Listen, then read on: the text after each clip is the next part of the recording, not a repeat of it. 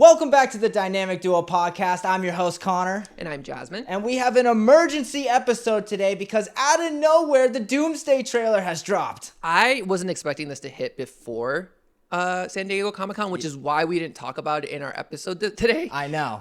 Or our episode that released earlier. So, yes, we needed to immediately jump on this. I literally woke up. I had an alarm set for the ticket drop. Me too. Because I was, like, ready to go. Yep.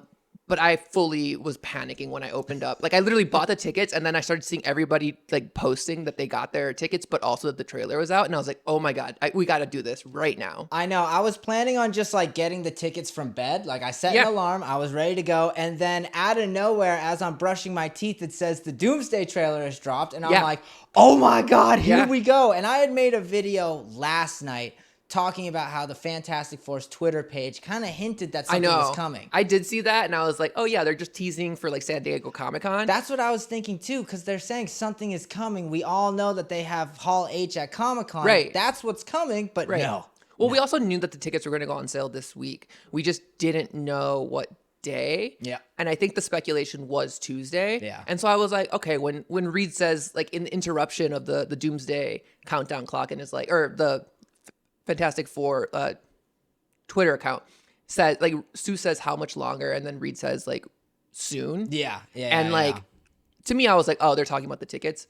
Doesn't matter. What are your initial reactions to the trailer? It is absolutely insane. You know, this is pretty much the trailer that they showed at Cineacon. Okay. Obviously, the VFX looks a little better, and they added 3 new shots to this, I believe. Yeah. But for the most part, it's the same thing that we saw, and it is nothing but hype. Okay, we're going to talk about those 3 extra scenes because I'm curious. I haven't seen the CinemaCon trailer. Yeah. I've only read the descriptions, so I'm curious what has changed and what is still the same. We're going to break down the whole trailer in a little bit. But before we do that, I do want to talk about one thing. There's a clear voiceover here. It's the first thing that we hear. I need to know your thoughts on Robert Downey Jr.'s voice for Doom. I think it sounds great. I think it's one of those things where you are worrying about it, but as soon as you hear him speak, you're like, he is nailing it. Yeah. I'm just excited that he's fully committing to Dr. Doom. Yeah. That is something that I'm excited about. It seems like we're getting real Doom, not just like a variant or anything. Like, it feels real, and it feels like the weight that, like, I was expecting in the comics. I got chills. I got chills hearing his voice. I mean, like, I was telling you this while we were setting up for the podcast, but he says decisions, and, like, that is my new vocal stim. I don't care what anybody says. Absolutely. Like, it is so good. We're gonna get into the full voiceover in a minute, but let's start talking about the first, like, scene that we see. This trailer starts off hot. Like, yes. Right away, we get the same shot that we got from the X-Men teaser like a couple months ago. Mm-hmm. But right away, we see what I can only believe is an incursion happening. Yes. So we see the Xavier School for Gifted Youngsters sign on the ground. It looks like it's been ripped off of the wall. Yeah. And then, we see Xavier looking out the window, looking at an incursion, and it looks insane. Yes. Like, it looks straight out of Jonathan Hickman's Avengers run. Like, it is a full Earth, like a planet coming towards the X-Men's universe. It reminds me of that shot from the new Avengers run where Black Panther first sees the incursion, and he's just like, God, it's like, it's so overwhelming and so big. The thing that kind of blew my mind was it looked like almost like a supernova, like a sun on fire. Like, very interesting, almost like the Earth is actually hurtling towards theirs. Yeah, this is something that I've been waiting for since 10 years ago when the comic, like, Secret Wars first came out. But, like, that's just, like, why we love reading comics, because, like, you get to see crazy things like that. Yeah. I never in a million years thought we'd see an incursion in a Marvel movie. No. I thought that was just too galaxy brain, but apparently it's not, and we're going there. I mean, I thought the multiverse was too galaxy brain, and this is incredible. From there, we move on to our first official look at Doom in action. His hand is on the ground. He's, like, kind of like, it looks like he's about to attack. Yeah. But the thing that I want to point out, obviously he looks amazing. Yeah. We don't get to see Robert Downey Jr.'s face in this, but there is something in the background that I'm curious about. It looks like it's a helicarrier in the background, like almost like it's been just thrown into the ground. I don't know if we're in any of the Earths or if we're in, like, what's it called? Not the Void. No, the Void. Yeah. It is the Void, right? Yeah. Okay. Because I'm always like, I think about the Centuries Void. Anyway, so it might be the Void. There's also another scene that we can talk about a little bit later. with Doom in it that looks like it, but like I'm curious what you think.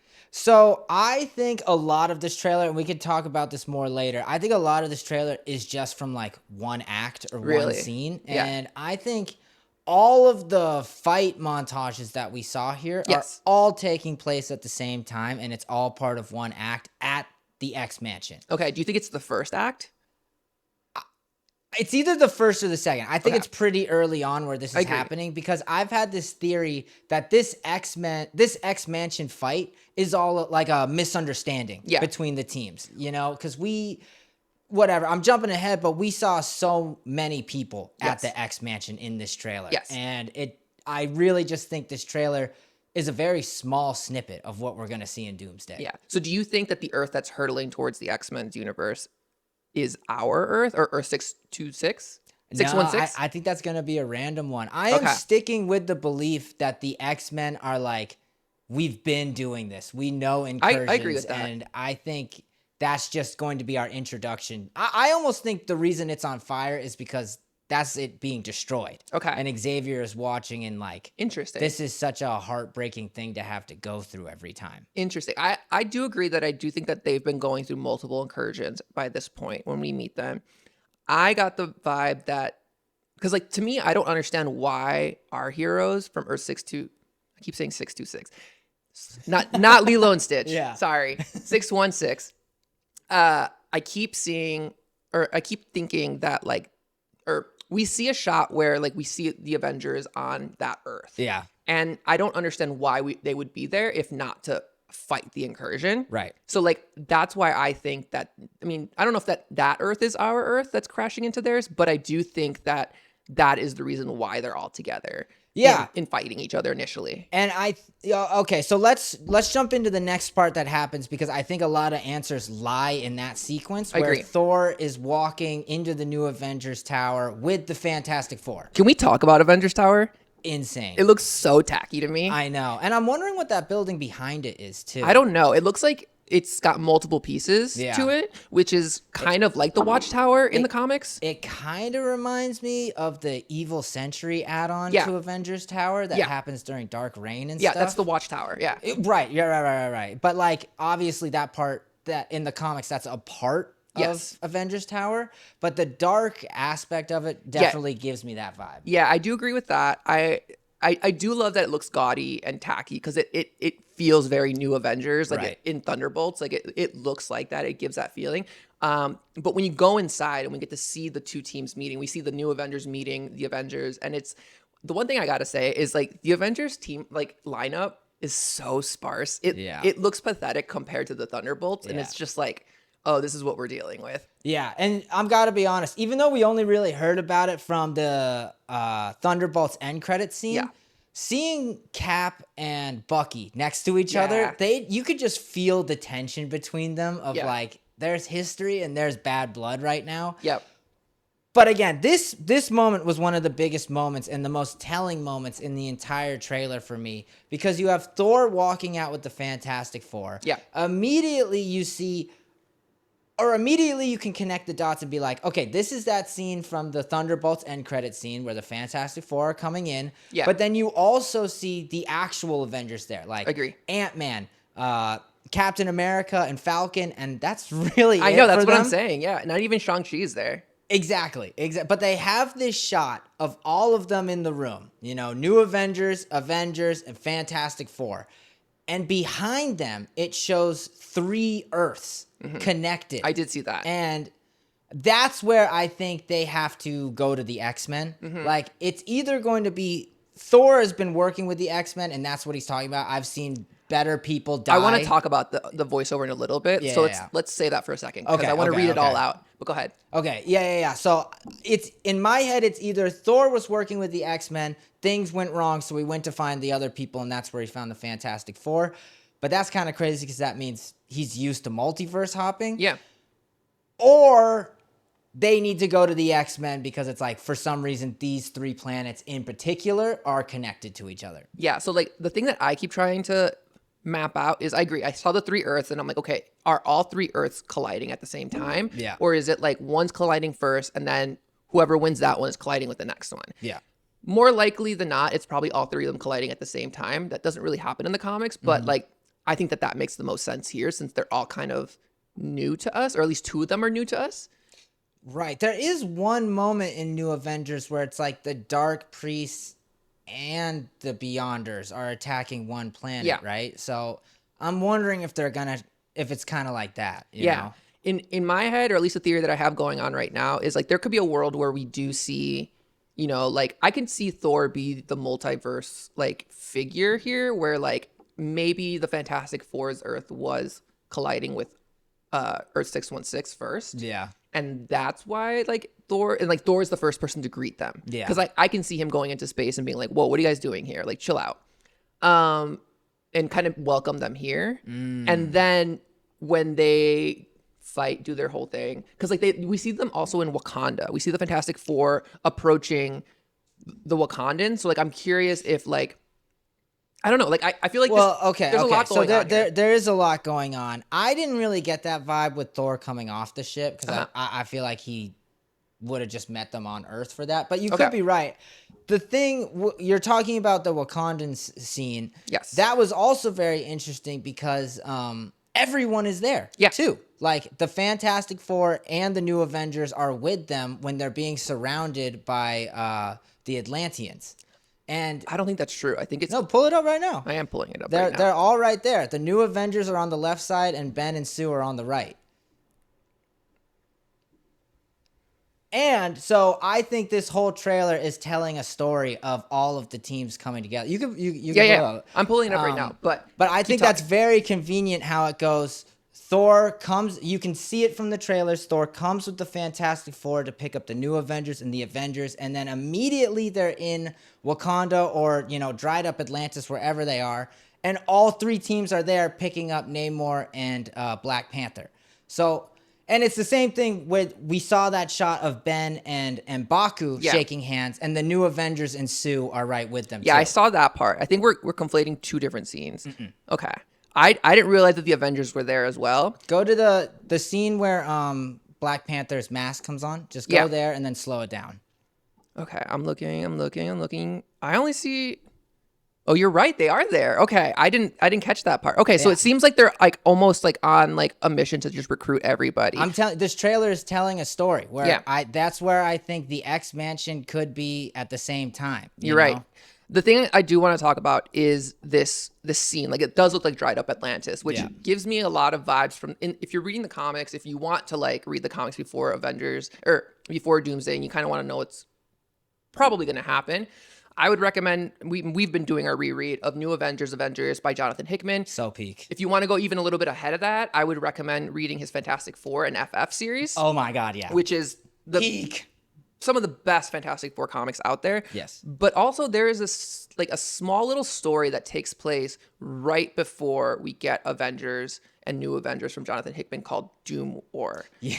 And that is a Black Panther Namor story. And it's very much the same beats where it's like T'Challa's kind of sidelined. We have Shuri as the Black Panther, and then Namor invades Wakanda and pretty much floods it, which sets the scene for Avengers and T'Challa's like entire like MO during that run, because he is like, I failed my people died, Namor killed them, and like there's a bunch of stuff that goes on there, but like that's what this vibe, or like that vibe in the trailer gives me, where it's like we see a dried up Atlantis, and I'm curious if we're going to see the reverse.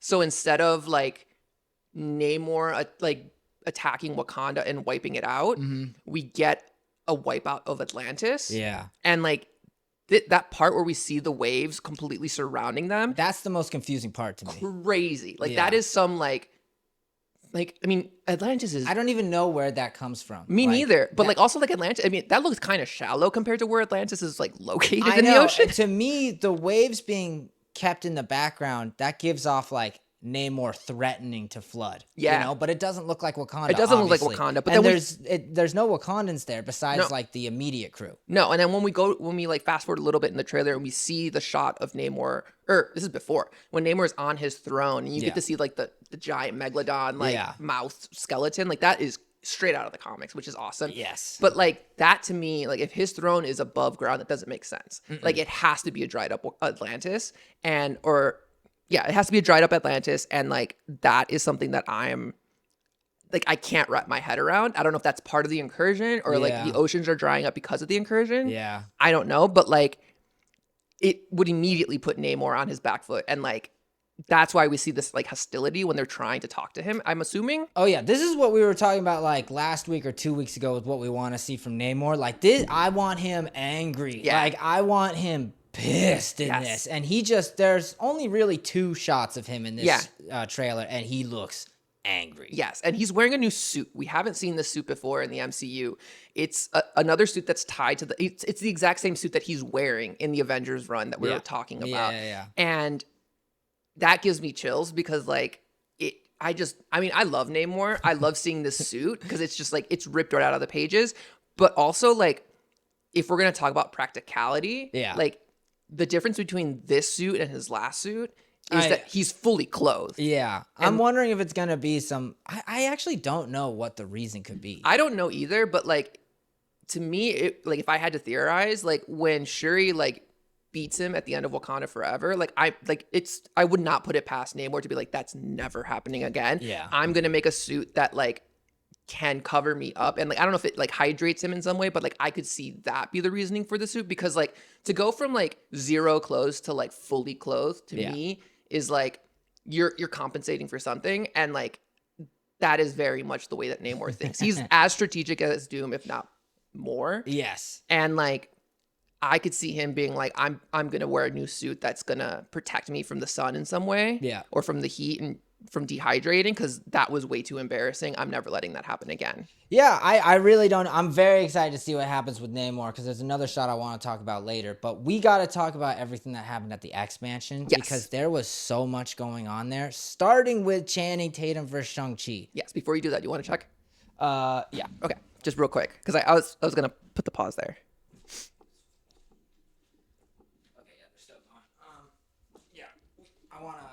All right, Gambit versus. All right. Yeah. All right, Gambit versus Shang-Chi. Yeah. That sequence was insane. Oh my God, I can't believe it. So first off, Shang-Chi's got a new outfit. Yes. Like very sleek, a little different from the original, but I really like the upgrades to it. This is a different Gambit. Yeah. This is not the Gambit we saw. I don't think so. Wolverine. He's a little coy. I like that he's still got some charm to him. Yeah. Thank God he didn't say anything cheesy. I'm so happy he didn't open his mouth in this. I'm sure there's going to be gags in the movie. I don't need it for this right now. No. But I want to talk about the action. Like the actual choreography of that shot is so intricate. It's also very like specific to both of their fighting styles and like their weapons. I know, because you don't really think that would be a good matchup. No. But then you see it's like the 10 rings versus the cards. And it's like it's like, I don't even just like watching the rings go around him and like defending him. And like there's a shot when Gambit is literally like flying through the air and slams his staff on the ground. Yeah. Oh my God. Chills. Like I was nervous because obviously Destin did the first Shang-Chi. Yeah. And I was nervous that he wouldn't really have the moves that he did from his movie. Yeah. But oh my God, just that one shot of him and Gambit just sparring looked so good. And it had the same type of like flowy dance movements that, you know, was such a big thing in his movie. It got me just so hyped. Yeah. And like, I agree with you. Like the way he's moving, the way that Gambit's moving, the way that he's fighting feels so different than what we saw in Deadpool and Wolverine. Yeah. I mean, obviously he brought the moves in that movie as well, but here it's like, I mean, you're fighting against the master of Kung Fu. Like that is like, if you're able to like meet him, like punch for punch, like that is crazy to me. And almost as crazy as the other fight that we see in this. Dude, I mean, Yelena versus Mystique actually blew my mind. I gotta be honest, not a big fan of how Mystique looks. Yes. But like, she's a shapeshifter. You know, I'm assuming she's going to be changing shapes for most of this movie. For sure. And I'm trying to think how much I can say.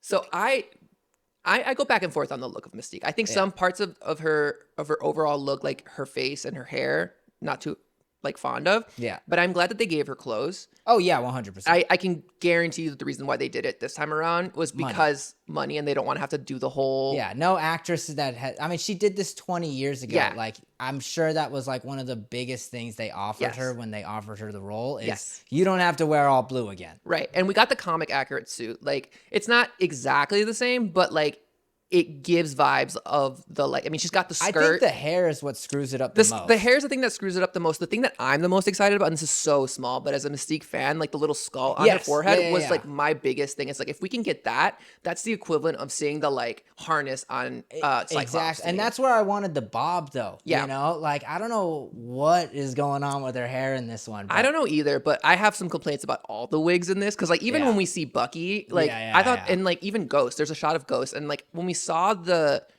post-credit scene of the new Avengers, like, you know, in Doomsday, that was my first complaint. I was like, these wigs are horrible. Like, I hate them. They look bad. And, like, I thought that by the time we get a trailer, like, they would fix it. It's still looking a little rough, but, you know, there's still time. There's still time.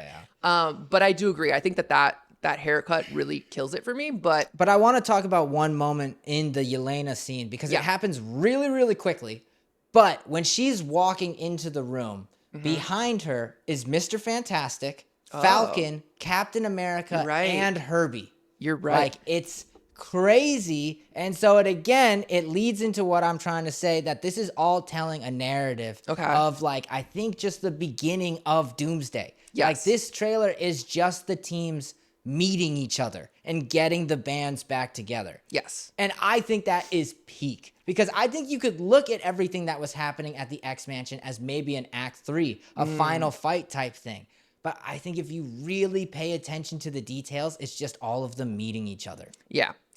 I am excited for this Yelena versus Yelena fight. Like, it just looks incredible. I mean, before we move on to any more of the rest of the trailer, there is one quick shot that appears between or right after that fight, and it's of Scott hugging Cassie, and we haven't seen any footage of Cassie in this movie. I mean, we got some small confirmations from her when she got her little chair delivered, and she posted on Instagram. But like, that moment is very interesting to me because it's like they're almost saying goodbye. Yeah. And I don't know if that means like they're splitting up, because like in my mind, I hope that she is like, you know what, like, you go to this Earth, I'm going to take care of things here and protect Earth while you're on this other Earth. Maybe start the Young Avengers. I think the Young Avengers are coming, but not in this movie. I think she's sidelined completely. Like, I think it's going to be Scott is telling her to stay. Like, I'm not losing you again like I did in Quantumania, like I did in Endgame. Like, you're sitting this one out. But that makes me think that he's going somewhere, and that's another Earth. So that means who's protecting our Earth while the Avengers and the Fantastic Four and everybody's on either the X-Men's universe or the Fantastic Four universe or the Void? That's a good question. That is a good question. I think that does set up the new Avengers pretty easily. Young Avengers pretty easily. I do like that. Speaking of those like kind of sad moments, there's a quick shot of Johnny Storm hugging someone and crying. And at first I was thinking that's Invisible Woman. Now after staring at it, it's Franklin. Do you? Okay, I'm pulling it up right now because I thought you were going to say that. And I'm like, oh no. I think it's got curly hair, way too curly to be Invisible Woman's. Okay. And it just, you notice the head looks really small. And again, the Fantastic Four's post-credit scene was Doctor Doom talking to Franklin. Yeah. And I think that's going to be very easy to forget that Franklin is going to play a big role in this movie. Mm-hmm. And I think this just makes sense. Like, maybe this is the moment where they have to sacrifice him, or they just lost him, or they just have to trust that he's going to return in some way. Right, or something. But it's a very emotional moment between Johnny and Franklin, which I thought was very interesting. Yeah, I'm looking at it again, and I definitely think it's Franklin. His hair is very white, like very... And it's bright. It's like spaghetti curly. Like, and he's also shorter, or the figure is also shorter than Johnny. I think the way he's hugging him, it's like you can, when you at first glance, you could think it's Sue. Yeah. And it's like a rekindling moment, but Sue's hair is also very straight and like long in this trailer. So I buy that 100%. Yeah, and I think that's very interesting because again, I think that's again just a little hint of his role because I think it's going to be big. Yeah. Okay, so the next thing that comes up is we see Doom and Thor. We see Thor like kind of blast in. There's a statue in the background. I tried to freeze frame it and figure out who it is. Yeah, it does look like it's on the Avenger. Or it looks like it's some Roman. Like yeah, but it does look like it is at the Xavier School for Gifted Youngsters because we do see some like sentinels on the ground. But he starts walking towards Doom and then takes a strike. He learned his lesson. I don't know if you noticed, but he did aim for the head. Yeah. He swings at Doom, and Doom stops it with 2 fingers. Yeah. Thor versus Doctor Doom was absolutely hype. When that moment was first shown at Cineacon, that was the moment you had theater owners and like grown-ass men jumping in their seats. Like, I'm ready. It just looked so good. And I think they've tweaked it a little because at Cineacon, it looked almost directly like it was ripped from Infinity War. Yeah. When he, as soon as he lands in Wakanda and jumps up and does the slam, like it looked identical to that in Cineacon. This one looked a lot cleaner.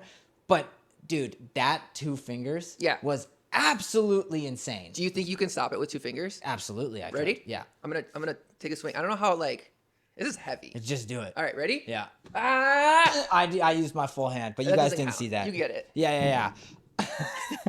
I'm not Doom. I'm sorry.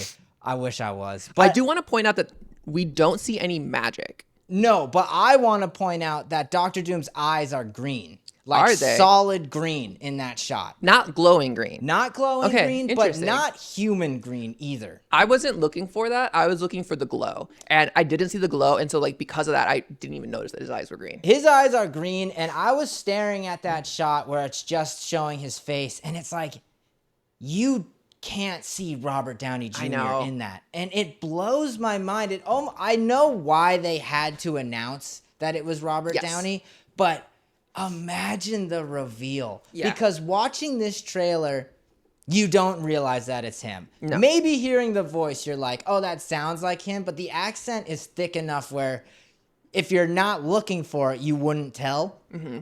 And man, just that reveal in Doomsday or Secret Wars, whenever they actually show his face, would go crazy if you had no idea he was back. Yeah, I don't know. Like, this trailer made me... obviously, we don't see Robert Downey Jr.'s face in this trailer outside of, like, inside the boundaries of the mask. But I'm becoming less and less concerned about that. Yeah. Like, I'm starting to get to the point where I don't know if we're going to see Robert Downey Jr.'s face in this movie, and I'm okay with that because I think this is a lot bigger, and I think we'll see it for sure in Secret Wars. Yeah.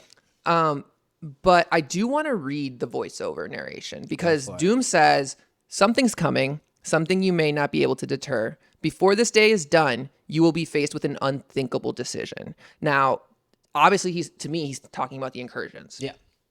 What do you think that unthinkable decision is going to be?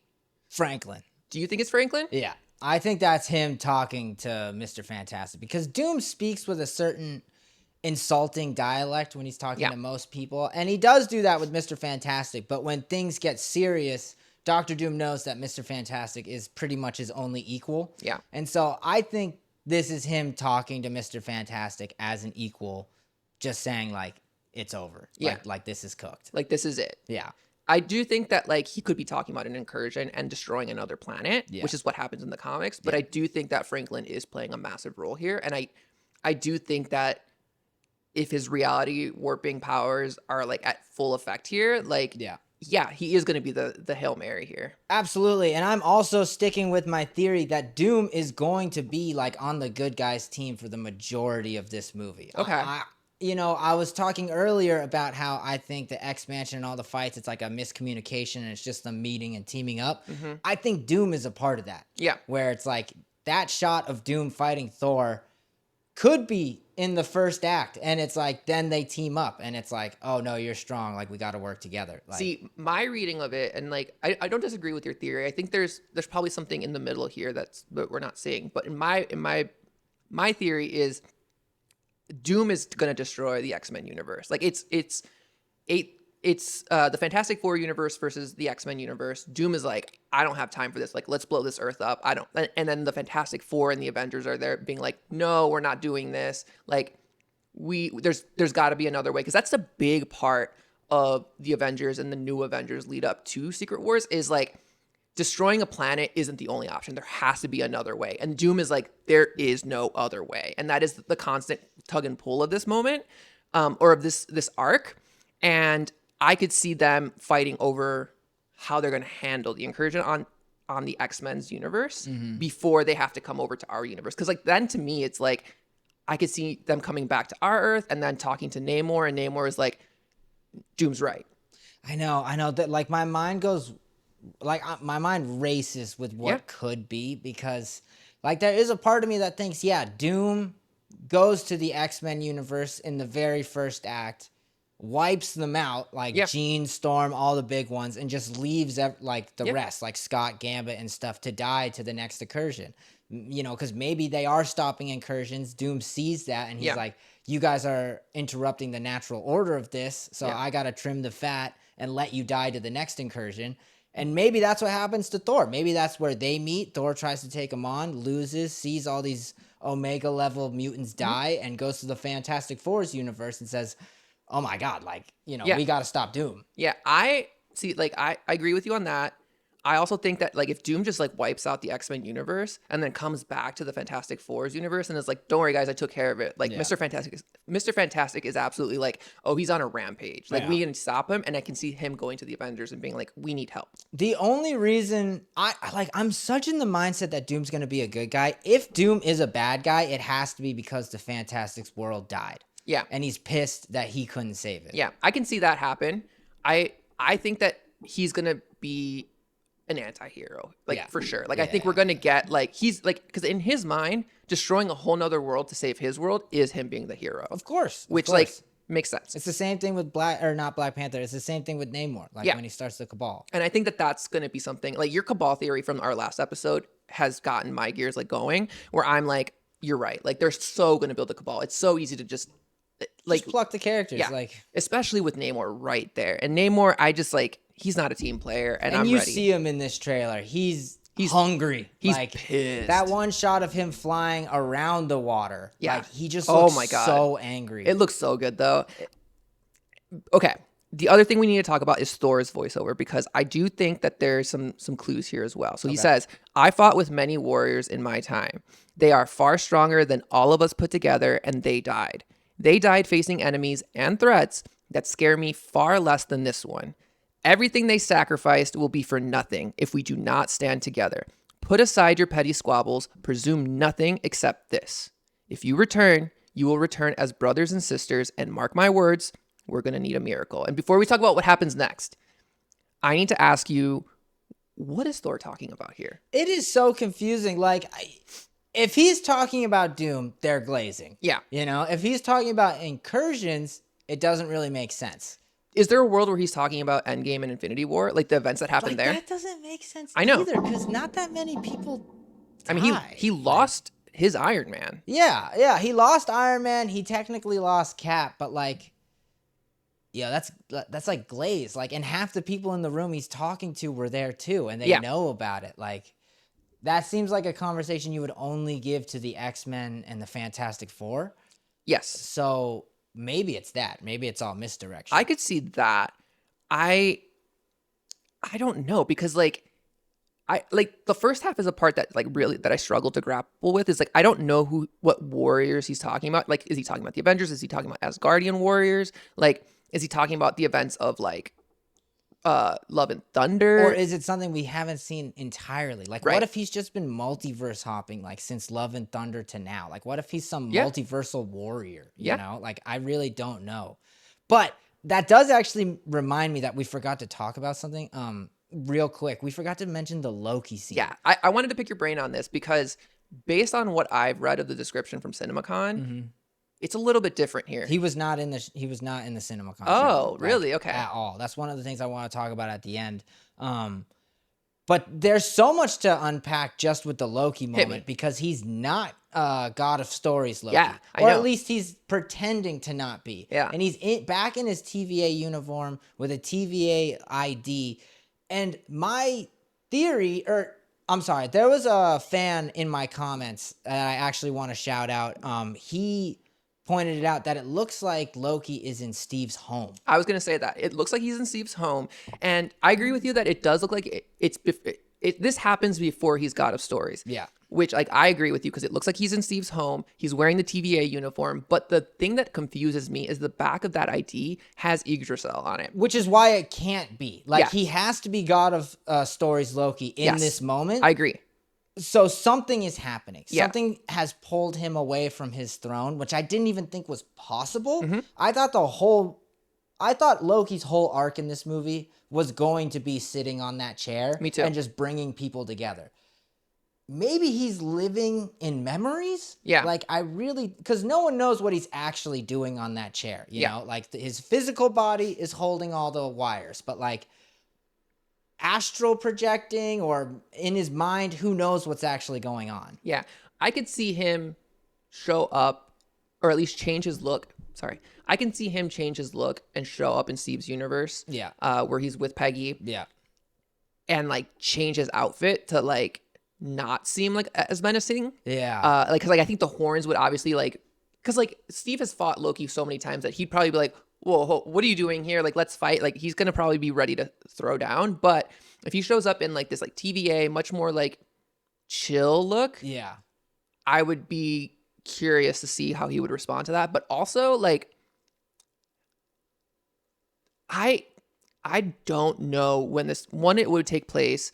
Like, there's a world where this could be a flashback. I don't know. See, the thing is, Loki looks very reminiscent and sad Yeah. in this shot. Like, the way he's flipping the ID looks like he's never seen it before. And then the face he's making when they show him, just not in pain, just looks like something's wrong. Yeah. You know, and that, I don't know. It's very interesting. But the reason I remembered is just because talking about Thor, if he's doing something crazy, if he's on a new mission, like if he's multiverse hopping or something like that, it's got to be connected to Loki. Yeah, I can see a world where like the incursions start happening and they're gonna hit Earth 616, and Loki, the first person he's gonna go to is Thor and be like, "Hey, dude, one, I'm still alive, not dead. Yeah. I'll explain later. Yeah. And then two, be like, there's an Earth that's coming here, and here's like the threats that are about to happen. I just don't know how this. It's a giant puzzle, and I don't know how the pieces all fit together. Yeah. I think they're there. Yeah. And like you said, like there's a clear narrative in this trailer, and I think that it's up to us to kind of piece it all together, or at least what they're putting out there together right now. Right. Because I definitely don't think we're seeing all of it. And like, speaking of piecing it together, we got to talk about this final moment because it is so confusing. We see Thor and Steve reunite. Yes. And the thing that's most confusing is this is a completely different Steve than they showed us a couple months ago. Really? Say more. No. I'm not talking about Cineacon. I'm talking about the teaser trailer from like back in December. Like, how he looks the same to me. he has a beard and long hair. Oh, you're right. Yeah. And the teaser, he's completely normal Captain America. Okay. So this is going into a theory that I made a year ago that there's going to be, I think, minimum 3 Steves in this movie. Really? Yes. I think there's going to be so many moving parts. And I think the Steve that we saw from the teaser trailer back in December or whatever, and the one we just saw today are different people. Different people as in like different variants? Different variants. Okay. Yeah, correct. Because I think there's going to be the regular Steve that went back in time and is living with Peggy and might be fodder, like might actually just die to doom. And then there's Nomad, the one we saw today with the long hair and beard. Mm-hmm. And I think my wishful thinking that I said last week is Hydra Cap. I think we're also getting an evil version of Cap in this movie. Okay. Because in my mind, I would put Steve, that the Steve that we saw in the previous trailer where he's holding the baby, as just like a younger version of the Steve that we see here. It could be. Or like an earlier version. Mm-hmm. And the Steve that we see on the ship, I mean, the thing is, like, you're right, because he has the beard, he has the long hair. It's giving, very much his endgame look. Mm-hmm. So, like, but... It's confusing. Are we getting a version of Steve that, like, is still hopping around? Like, when would Loki approach Steve and be like, hey, by the way... Exactly. Because, like, I could see a version where Loki appears as Steve before he has the kid and is like, hey, you're going to have a kid and all this stuff. And, like, if you're going to step away to go back to this fight, like, this is what you're going to lose. Mm-hmm. But I promise you that if you don't fight... everyone loses. Yes. And there is someone behind Steve too, between this Thor and him interaction. They're clearly in a ship, and you can only see it for a second. It's a very shadowy figure, but it's giving TVA vibes. Okay. It seems, and the fact that he's in such a casual outfit also gives TVA vibes. Yeah. So I want to. There's the voiceover continues here, right? So Thor says we're gonna need a miracle, and then that's when you get Steve off camera saying, "Hey, pal." Yeah. And then he turns, he sees him, and he says, "It's not possible." Yeah. Why would Thor say it's not possible? I think it's just because it's assumed that he's dead. Like, But I don't think that. Do you think that the Avengers at the end of Endgame, when Steve Rogers goes back to return the stones and everything, I mean, we see an older version of Steve. right. I mean, I think this is something that's So maybe that's why it's not possible, because he saw an old version. Yeah, like I think the Russos are gonna have to like clean up a lot of this, because I think that there are problems at the end of Endgame that just doesn't line up with the timeline. Yeah. But it does blow my mind that like, or it doesn't blow my mind. It confuses me as to why Thor would say it's not possible. Like, he's seen so many things. He's seen some of his best friends die and be returned to life, like because of the Infinity Stones. And it's like, why would he say this is not possible? Like, if anything, to me, Cap returning at some point in the future was always inevitable. I mean, they even say that in the comics. Like, it's inevitable. Maybe it is a 2-Cap theory, and the first one just died. And Thor saw it. Yeah. And now he's getting another one. And he's like, it's not possible. Okay, I don't like that, though, because then that means that, like if this is what happens, like, let's say Doom comes to Steve's universe. Yeah. And he's like, absolutely not. We need to kill this, because otherwise it's going to cause an incursion. Like, you're causing paradoxes, whatever. That Earth gets wiped out, but then Loki plucks Steve from a different timeline and brings him here. That just means that they, like, all the Avengers, all the Fantastic Four, all the Wakandans have infinite lives. I know. That's the problem with variants, where I'm hoping that's not going to be the case, where it's, it's just there's going to be a million Steves that they can pluck from. I'm hoping it's like there's our Steve, who's back in the past. There's Nomad, who works with the TVA. And I'm hoping those are even kind of the same person, just at different points in time. Sure. And then, again, like I said, I'm hoping for Captain Hydra, but that's more like a cameo thing. Like, I don't want them to really be a I think that's a Secret Wars thing. Yeah. But I really don't know why Thor would be that surprised. Yeah. Like, I would be more surprised with, like, some of the other Avengers saying that. Like, if the new Avengers said that. Like, the only thing that makes sense is something terrible just happened. Yeah. Like, they just lost to an incursion, or the other Cap just died, or the rest of the team just died, or something like that.